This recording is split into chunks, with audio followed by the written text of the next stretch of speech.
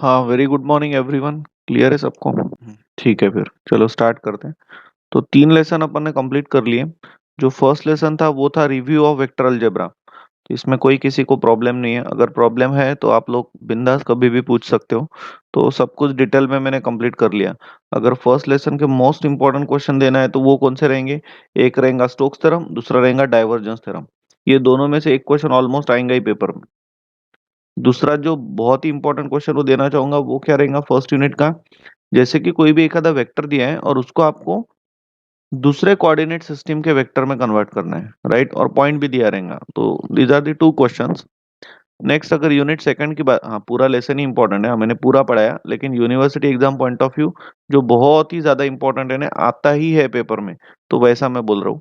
अगर second lesson की बात करें, इलेक्ट्रोस्टैटिक्स, पूरा लेसन ही अपन ने डिटेल में लिया, लेकिन जो एकदम ही बहुत ही इंपॉर्टेंट है वो है इलेक्ट्रिक फील्ड इंटेंसिटी का derivation because of infinite, finite and infinite surface charge, right? तो ये जो तीन डेरिवेशन है, फाइनाइट इनफाइनाइट तो ऑलमोस्ट सेम ही है ना। फाइनाइट में सिर्फ लिमिट का ही प्रॉब्लम है, सिर्फ तो लिमिट Z1 to Z2 यानी अल्फा 1 to अल्फा 2 उतना ही तो करना है।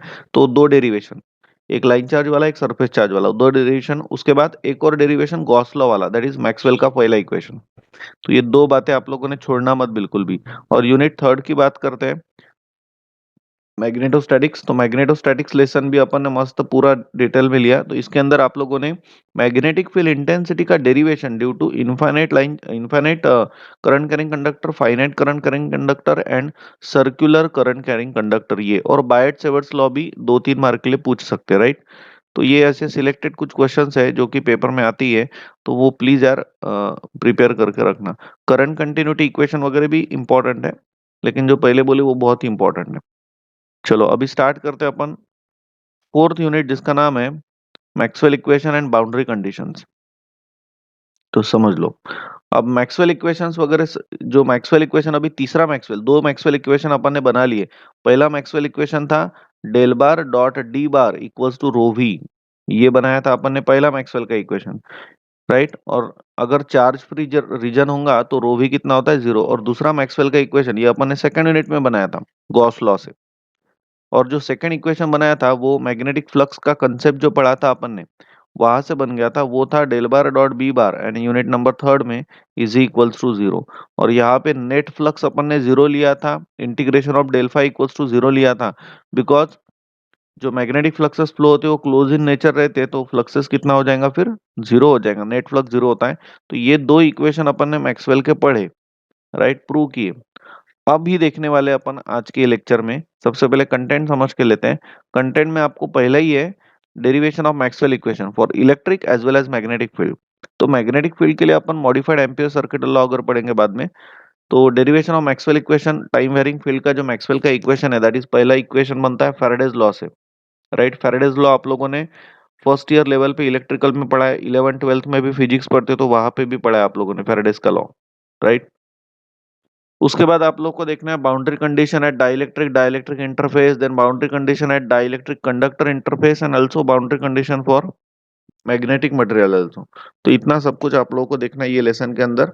तो स्टार्ट करते फिर ये लेसन।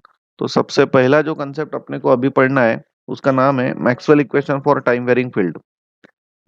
फर्स्ट जो टॉपिक है ना मैक्सवेल इक्वेशन, समझ रहे हैं ना? ये पढ़ते हैं अपन। तो पहला टॉपिक है Maxwell equation, Maxwell's equation for time varying field,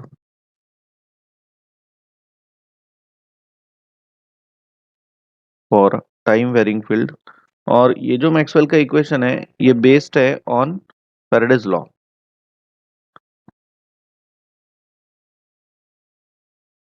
तो इसको ही लगे तो मैं ऐसा ब्रैकेट में फैराडेज लॉ लिख लेता हूँ। फैराडेज लॉ, फैराडेज लॉ के ऊपर ही डिपेंड है,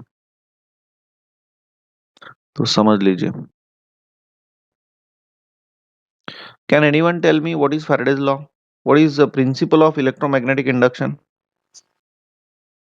प्रिंसिपल ऑफ इलेक्ट्रोमैग्नेटिक इंडक्शन आप लोगों ने फर्स्ट ईयर लेवल पे पढ़ा था, principle of electromagnetic induction. Can anyone tell me? ये ऐसा था ना, एक नॉर्थ पोल था, है ना? एक साउथ पोल था परमानेंट मैग्नेट का, इसके बीच में करंट कैरिंग कंडक्टर रखते थे, और या इसके आजू बाजू में मैग्नेटिक लाइंस ऑफ फोर्सेस है ना, मैग्नेटिक फ्लक्सेस थे, है ना। तो कैसा था लॉ? अगर ये करंट कैरिंग कंडक्टर को मैं सप्लाई देता हूँ, जैसे कि ये सप्लाई दे दिया यहाँ पे, है ना। So when supply is given to this current carrying conductor, current will flow through this current carrying conductor, due to which magnetic fluxes will get generated in this magnetic circuit. तो जिसके कारण ये conductor rotate करेगा और magnetic lines of forces को cut करेगा, तो EMF induce होगा। अरे यही था ना, कोई फीडबैक तो दो। Yes sir. हाँ यही था ना, यस। ऐसा कोई फीडबैक देता है ना, जैसे सर्वेश ने अनम्यूट करके बात किया, तो कुछ तो भी ऐसा एक, क्योंकि मैं जो पढ़ा रहा हूँ ये मुझे तो समझना चाहिए, आपको समझा कि नहीं, तो कुछ फीडबैक दिया करो, नहीं तो मैं अकेला ही इधर से बड़बड़ कर रहा हूँ ऐसा लगता हूँ। तो ऐसा ही था ना, तो यस, तो अभी इसको लिखते हैं। तो फैराडेज लॉ आप लोगों ने पढ़ा था, बहुत अच्छे से पढ़े हैं आप लोग, फर्स्ट ईयर लेवल पे, फिजिक्स में 11 ट्वेल्थ में भी था आप लोगों को। तो फैराडेज लॉ आप लोगों ने क्या लिखा था कि when ever the current carrying conductor, जो मेरे पास इलेक्ट्रिकल पढ़े हैं फर्स्ट ईयर लेवल में, मैंने उन लोगों का तो लर्न करके लिया था सब। Whenever current carrying conductor placed inside the magnetic field, it will rotate and cut the magnetic lines of forces, है ना, due to which EMF will get induce in that conductor. लगे तो ये डायग्राम आप लोग ऐसा साइड में बना सकते हो, बनाना होगा तो। This is north pole, this is what south pole, बराबर है ना। ये करंट कैरिंग कंडक्टर, और इसके आजू बाजू में क्या है, मैग्नेटिक लाइंस ऑफ फोर्सेस, इसके आजू बाजू में मैग्नेटिक लाइंस ऑफ फोर्सेस, समझ गए। So what is the statement? Statement क्या है फैराडेज लॉ का या principal of electromagnetic induction? Statement is,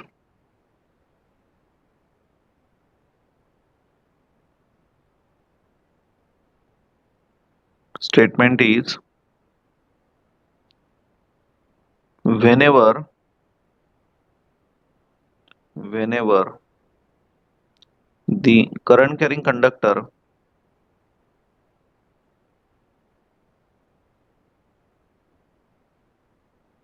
whenever, ये डायग्राम का कोई काम नहीं है, ऐसा ड्रॉ करना है तो कर सकते हो आप लोग। whenever the current carrying conductor placed inside the magnetic field, placed inside the, feel करो शब्दों को, inside the magnetic field, समझ के लो बरबर क्या लिख रहे हो। whenever the current carrying conductor placed inside the magnetic field, तो क्या होने वाला है, it will rotate, it will rotate cut the and will cut the what, magnetic magnetic, lines of very good, magnetic lines of forces, that is magnetic fluxes, magnetic lines of forces। अब ये cut करेगा, magnetic lines of forces को cut करेगा, तो वहां पे क्या हो रहा है, that is there is a that is there is a rate of change of fluxes, that is there is a rate of change of fluxes। now how rate of change of fluxes, जैसे कि, समझ लो एक minute,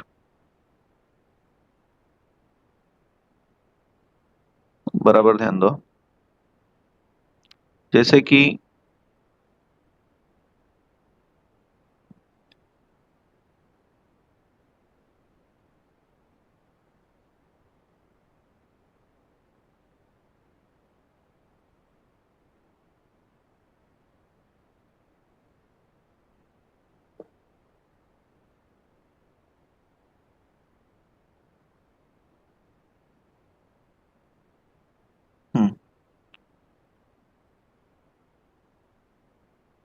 this is north pole of permanent magnet, suppose,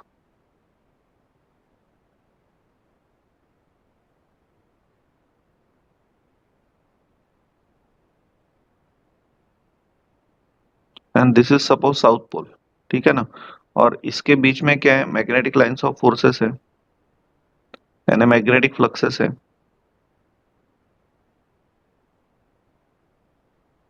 ठीक है, और इसके बीच में मैं रखता हूँ एक करंट कैरिंग कंडक्टर। ये हो गया current carrying conductor suppose.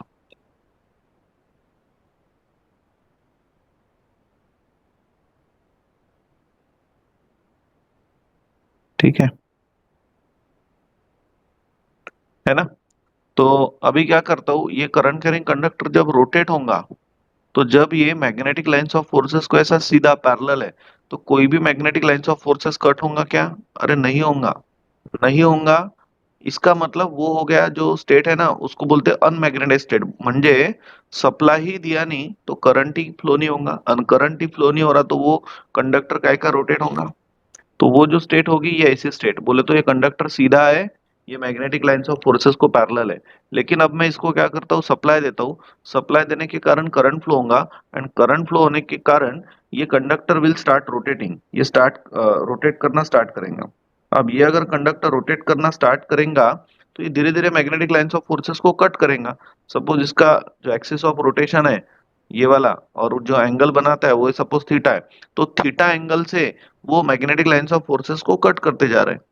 So that's why अब जब ये कंडक्टर पूरा ऐसा एग्जैक्टली परपेंडिकुलर हो जाएगा, एग्जैक्टली हॉरिजॉन्टल हो जाएगा मैग्नेटिक लाइंस ऑफ फोर्सेस को, तो इसका मतलब परपेंडिकुलर हो जाएगा, तो वहां पे एंगल कितना बनेगा, 90 डिग्री, और तब सबसे ज्यादा magnetic lines of forces cut किए जाएंगे। तो that's why I am writing here that is there is a rate of change of fluxes. Fluxes का जो कट करने का रेट है वो चेंज हो रहा है ना। जब ऐसा है कंडक्टर सीधा, तो कोई भी कट फ्लक्सेस कट नहीं हो रहे। जब थोड़ा सा टिल्ट हो गया बाय एंगल थीटा, तो थोड़े से कट हो रहे। फिर पूरा ही हॉरिजॉन्टल हो जाएगा, 90 डिग्री आ जाएगा, तो maximum amount of magnetic lines of forces को कट करेगा। Are you understanding what I am saying? Hello, clear हो रहे हो ना? हाँ, yes. So whenever current carrying conductor place inside the magnetic field, it will rotate and will cut the magnetic lines of forces, that is there is a rate of change of fluxes। समझ गए? due to which an EMF will get induced, Yes, sir. therefore an EMF will get induced in that conductor, in that current carrying conductor,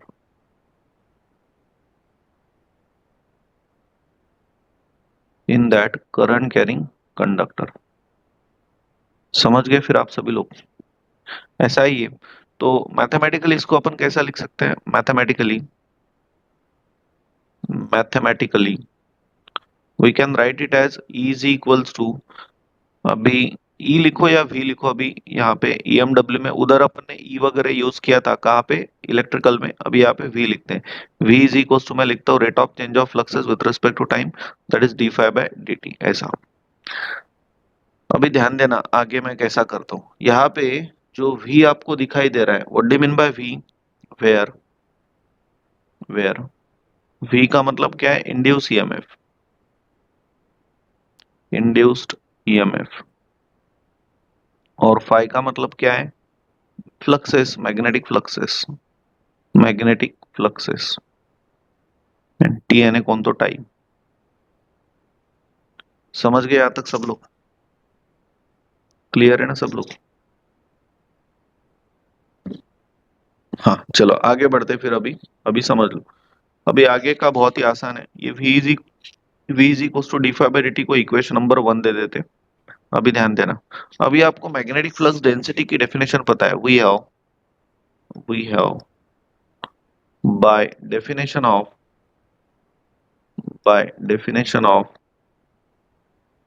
magnetic flux density. What is the definition of magnetic flux density? अपन B is equal to लिखते हैं ना, d phi by d s, ऐसा लिखते हैं। तो अगर इसको मैं सॉल्व करता हूँ, so therefore can I write d phi equals to B into D s, and therefore we can say now variables are separated, variables are separated, and therefore integrating on both sides. So therefore integration of d phi equals to integration of, you can write in vector form b bar dot ds bar, ऐसा भी लिख सकते हो। And therefore we are getting phi is equals to how much? Phi is equals to integral B bar dot D S bar. बोलिए समझ गए क्या यहाँ तक सब लोग? क्लियर हो गए है ना? अब जो अपने को फाइव की वैल्यू मिल गई, ये इक्वेशन नंबर वन में जाके पुट करते हैं। So therefore equation number one implies v is equals to क्या है, D phi by D T है। So is equals to now D D T of, now what do mean by phi here, ये derivation important है हाँ, ये paper में आता है। फाइव कितना है, integral B bar dot D S bar. Hope यहाँ तक समझ गए आप लोग। ये मिल गया आपको v। ना v का मतलब क्या होता है, पोटेंशियल डिफरेंस होता है, ईएमएफ होता है, इंड्यूस ईएमएफ होता है। तो ये v की वैल्यू आप लोगों ने सेकंड यूनिट में फाइंड आउट किया था। Let me show you. जब अपन ने पोटेंशियल डिफरेंस टॉपिक पढ़ा था, तब ये v की वैल्यू अपन ने फाइंड आउट की थी। दिखाई दे रहा है क्या आपको? दिखाई दे रहा है v की वैल्यू? अरे ये क्या, तो ये फाइंड आउट किया था ना v की value. What do mean by v? v is equals to है minus integral in general E bar dot DL bar. ये है आपकी v की वैल्यू। तो ये अभी वहां पे यूज करते हैं अपन।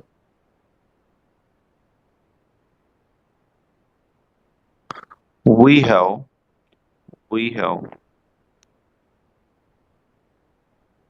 by definition of potential, can I write v is equals to minus integral E bar dot DL bar? ये अगर लिख सकते हैं, सो देयर फोर जैसे कि equation number second implies, equation number second implies what do mean by E minus integral E bar dot of DL bar is equals to D of integral B bar dot of DS bar. समझ गए? So therefore ये हो गया फिर integral E bar dot of DL bar is equals to now minus minus D of integral B bar dot of DS bar. अभी जरा ध्यान से समझना, ये डीएस बार है, डीएस बार है ना सरफेस इंटीग्रेशन है। सो सरफेस इंटीग्रेशन है तो यहाँ पे सरफेस आएगा ना, और ये तो लाइन इंटीग्रेशन है ना, डीएल बार है। तो डीएल बार है तो नीचे सी लिखता हूँ, और दी क्लोज कर सी सपोज, राइट। मैंने लास्ट लेक्चर में भी बोला था, और M2 के अंदर आप लोग एक टॉपिक पढ़े थे जिसका नाम है DUIs, differentiation under integral sign. वो टॉपिक के हिसाब से, वो कंसेप्ट के हिसाब से, जब भी डेरिवेटिव इंटीग्रेशन के अंदर जाएगा तो पार्शियल बनेगा। तो ये बन गया del del T of B bar dot of D S bar. अब बोलो कैसे सॉल्व करें? ये तो आपका इंटीग्रल फॉर्म हो गया, इसको भी आप लोग ऐसा हाईलाइट कर सकते हो। मैक्सवेल का इक्वेशन मिल गया ये वाला। लेकिन आपको अगर पॉइंट फॉर्म चाहिए होगा, तो पॉइंट फॉर्म में आप लोग इसके बाद कौन से स्टेप करोगे, जरा बोलो तो। अभी इतना मेरे से पढ़ रहे हो, थर्ड लेसन पढ़ लिया, इसके बाद की स्टेप्स क्या रहेंगी? बोलने की कोशिश करो। इधर का लाइन इंटीग्रेशन है, इधर का सरफेस इंटीग्रेशन है, तो अपन दोनों भी इक्वल करते रहते हैं, तो क्या करना स्टोक्स पड़ेगा? Theorem. Very good, Stokes theorem apply करना पड़ेगा। So therefore now applying Stokes theorem, applying Stokes theorem. तो स्टोक्स थ्योरम अगर अप्लाई करते हैं, तो ये बन जाएगा जो line integration of tangential component of any vector point function taken on close curve. तो ये कन्वर्ट हो जाएगा काय में, ये कन्वर्ट हो जाएगा surface integration of normal component of, अब डायरेक्ट अब डीएस बार लिखो, कर्ल ऑफ, कर्ल यानी del bar cross of E bar, curl of that vector point function is equals to minus integral over the surfaces del del T of B bar into DS bar. सब लोग समझ गए क्या यहाँ तक? Clear है क्या? है ना? And therefore now what we are doing, we are equating. इसको ही आप लोग integral form of Maxwell equation भी बोल सकते हो। तो जैसे अपन लिख सकते हैं इसको, what is this, it is integral form, integral form of Maxwell equation.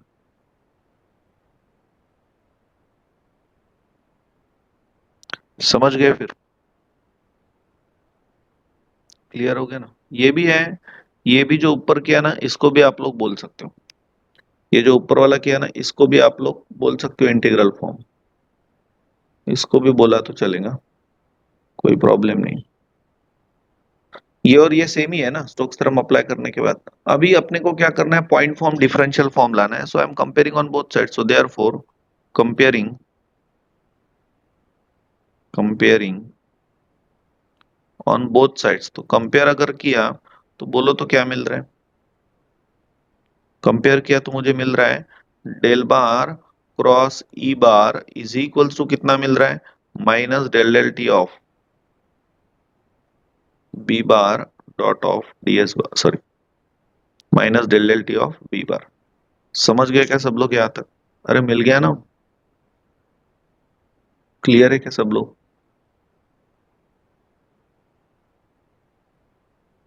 Hello, clear है ना?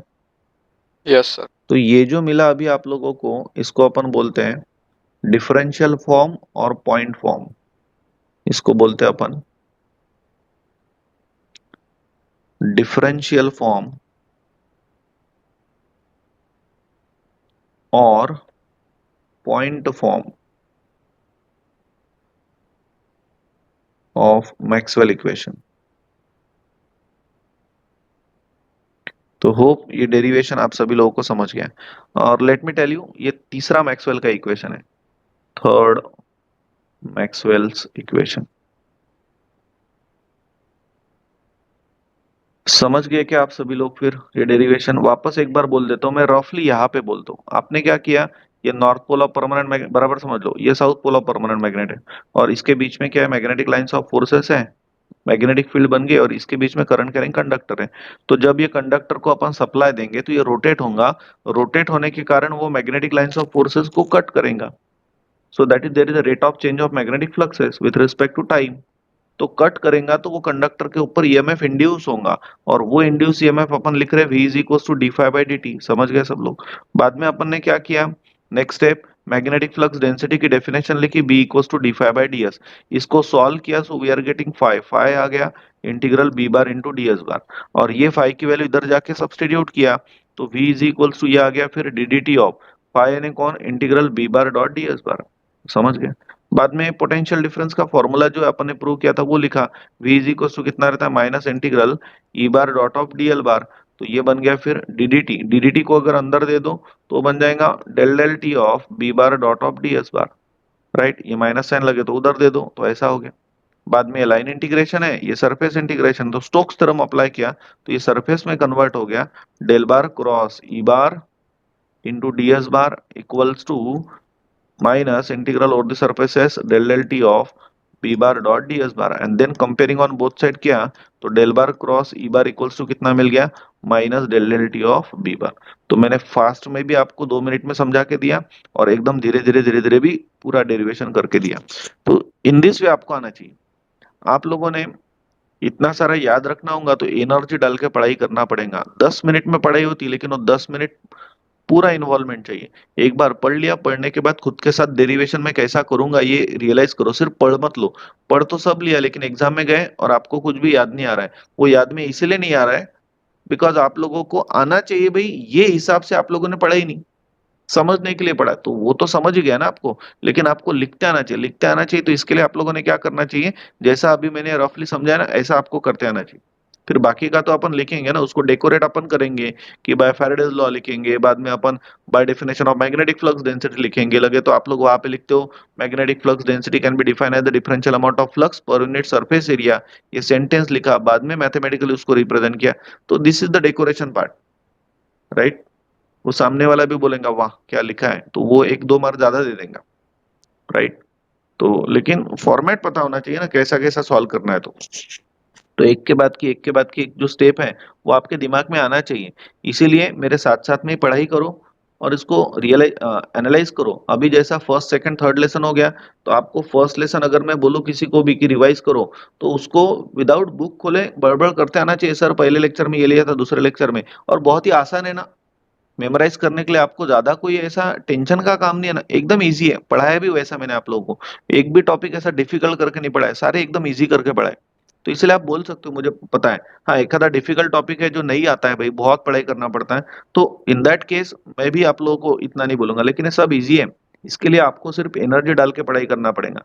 अगर सपोज मैं आपको ऑफलाइन क्लासरूम में अगर लेके बैठूं सब लोगों को, और आप लोग के ऊपर थोड़ा बहुत बर्डन डालूं कि भाई ये आपको बोलना है मेरे को 15 मिनट के बाद, ये कंसेप्ट आपको मेरे को बोलना है, फिर देखो कैसा आता है आपको। पटाख से आ जाता है आपको, 10 मिनट में तो प्रिपेयर होता है आपका, नहीं तो फिर घंटों बुक लेके बैठते हो तो भी प्रिपेयर नहीं होता है। तो एक रिक्वेस्ट है, ऐसा खुद के साथ बात करने की आदत डालो, which is nothing but called as पढ़ाई, इसको ही बोलते पढ़ाई। सिर्फ घंटों बुक हाथ में लेके वो पढ़ाई नहीं रहती है। तो आप लोगों को खुद को आने कॉन्फिडेंस आना चाहिए कि यस मैं अभी लिख सकता हूँ एग्जाम में, और 2 साल के बाद भी लिख सकता हूँ, 5 साल के बाद भी लिख सकता हूँ। बस एक बार अगर मैं ओवरलुक कर लूँ तो मैं कभी भी लिख सकता हूँ फिर। सो इसलिए वैसी एक आदत डालो, तो इससे आपका कंसंट्रेशन ग्रास्पिंग ऑटोमेटिक बढ़ जाएगा। चलो ठीक है फिर। और ये सारी जो चीजें मैं आप लोगों को बोलते रहता हूँ पढ़ाई कैसे करना, ये एक्चुअली मैंने पहले अडॉप्ट किया है। जब तुम्हारे एज में था मैं, तो मैंने बहुत बैचेस लिया है, तब भी कोई कंसल्टेंसीज में वगैरह जॉब भी करता था, इसके लिए मेरे पास खुद के पढ़ाई के लिए बहुत कम टाइम रहता था। तो बहुत कम टाइम रहता था, तो वो टाइम में मैं क्या करता था, पूरे इन्वॉल्वमेंट के साथ पढ़ाई करता था।